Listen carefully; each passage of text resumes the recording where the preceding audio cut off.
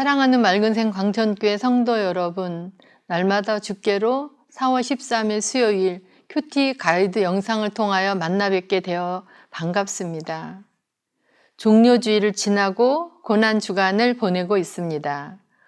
오늘은 우리들이 신앙생활을 하면서 3년이라는 짧지 않은 시간을 함께 했던 제자가 스승인 예수님을 돈을 받고 팔아넘기는 가장 가슴 아픈 사건과 마주해야 하는 시간이 될 것 같습니다. 고난주간을 통하여 예수님의 십자가의 고난을 깊이 묵상하며 각자의 삶 속에서 동참하는 의미 있는 소중한 시간들을 보낼 수 있기를 바랍니다. 오늘 말씀은 요한복음 18장 1절에서 11절까지의 말씀을 살펴보려고 합니다. 말씀의 이해를 돕기 위해서 요한복음이 기록된 목적에 대해서 살펴보고 내용 관찰로 들어가도록 하겠습니다. 요한복음은 동전의 두 면이 있는 것처럼 예수 그리스도에게도 두 가지 본성, 즉 신성과 인성이 있는데 그 가운데 신성을 이야기하고 있습니다. 누가는 그리스도를 인자로 묘사함으로써 그의 인성을 나타냈으며 요한은 그리스도를 하나님의 아들로 묘사하여 그의 신성을 드러내고 있습니다.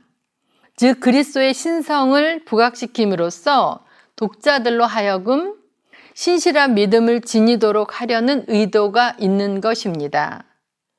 요한은 다락방에서 마지막 만찬과 그곳에서의 가르침에 대해 목격자로서 상세히 묘사한 후에 예수 그리스도가 과연 그의 주장대로 하나님의 아들이시라는 결정적인 증거, 즉 부활에 이른 사건을 기록하게 됩니다. 오늘 말씀의 제목은 아버지께서 주신 잔입니다. 내용 관찰로 들어가서 1번입니다. 기드론 건너편 동산에서 예수님을 찾아온 자들은 누구이며 어떤 목적이 있습니까? 3절에서 5절 말씀입니다. 유다가 군대와 대제사장들과 바리새인들에게서 얻은 아랫사람들을 데리고 등과 횃불과 무기를 가지고 그리로 오는지라. 예수께서 그 당할 일을 다 아시고 나아가 이르되 너희가 누구를 찾느냐?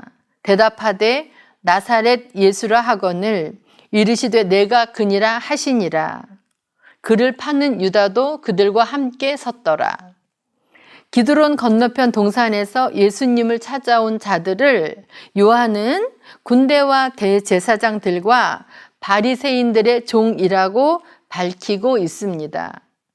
여기서 언급된 군대는 로마군 600명으로 구성된 한 부대 단위를 나타내기도 하며 또한 200여 명으로 구성된 보병 중대를 가리키는 말이기도 합니다.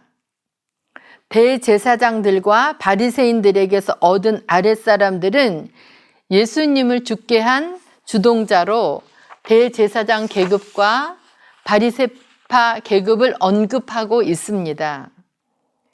여기서 언급된 하속들은 성전 경비를 맡고 있는 일종의 경찰로 이해해도 될 것 같습니다.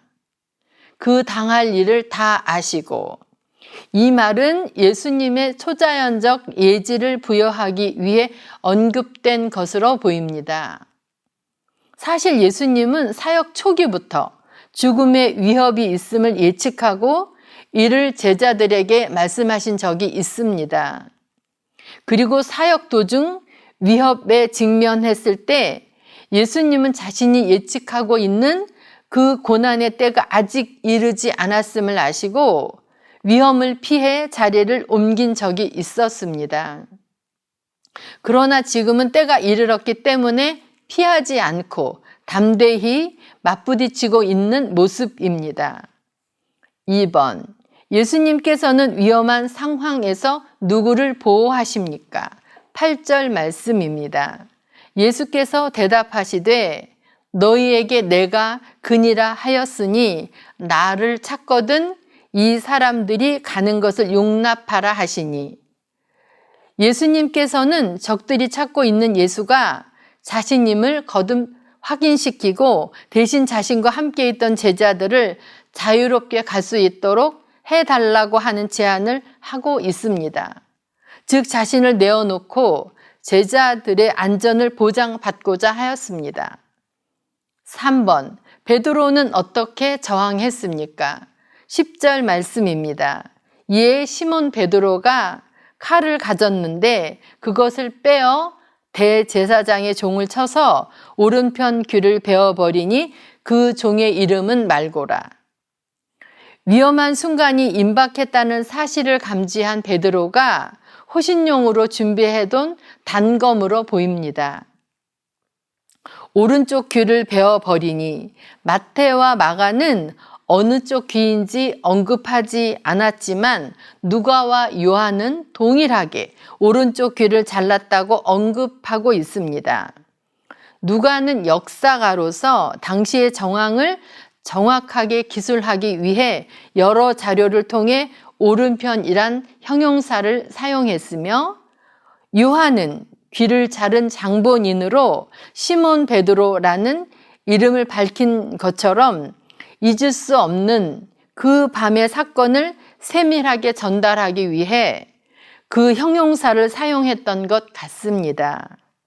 말고, 귀가 잘려나간 대제사장의 종을 가리키는 이름인데 공관복음서에는 이름이 언급되지 않고 요한복음에서만 언급하고 있습니다.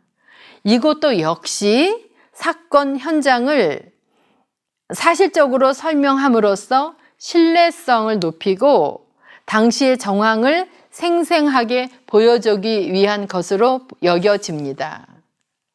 연구와 묵상 4번입니다. 하나님의 뜻을 이루기 위해 고난을 잔을 받아들이시는 예수님의 모습과 상대적으로 폭력을 행사한 베드로의 모습을 묵상해 봅시다. 예수님을 잡으러 온 무리를 본 베드로는 호신용으로 가지고 있던 칼을 빼서 말고의 귀를 베어버렸습니다. 베드로의 행동은 인간적으로 볼 때 의리와 용기가 있는 행동으로 보여지지만 예수님께서는 칼을 거두게 하시고 아버지께서 주는 잔을 마셔야 할 것을 말씀합니다.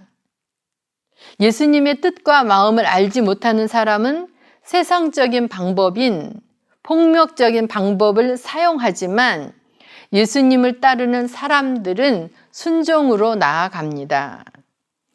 예수님께서는 순종함으로 십자가의 고난의 잔을 받으셨습니다. 삶의 적용 5번입니다. 나는 예수님처럼 순종하는 삶을 살고 있습니까? 위기를 만나고 고난을 당할 때 베드로처럼 돌발적인 반응이 아닌 하나님의 뜻에 순종하는 예수님의 모습이 되도록 기도합니다. 기도하겠습니다. 사랑하는 하나님 아버지, 나그네 된 인생길을 믿음으로 걸어가면서 아직 성숙하지 못한 신앙 인격으로 인하여 우리에게 뜻하지 않는 위기와 고난을 겪어 나아갈 때에 세상적인 방법으로 해결하려고 하는 어리석은 모습들이 가끔씩 나타날 때가 있는 연약함이 저희들에게 있습니다. 오늘 예수님의 모습이 교훈이 되어 하나님의 뜻을 이루기 위한 순종의 모습으로 세워질 수 있도록 도와주시옵소서. 고난 주간 한가운데 있습니다. 예수님의 고난을 깊이 묵상하며 고난에 동참하며 다시금 예수님께서 걸어가신 좁고 협착한 길을 믿음으로 걸어갈 것을 각오하며 결단하는 소중한 시간이 될 수 있도록 도와주시옵소서. 예수 그리스도 이름으로 기도드리옵나이다. 아멘.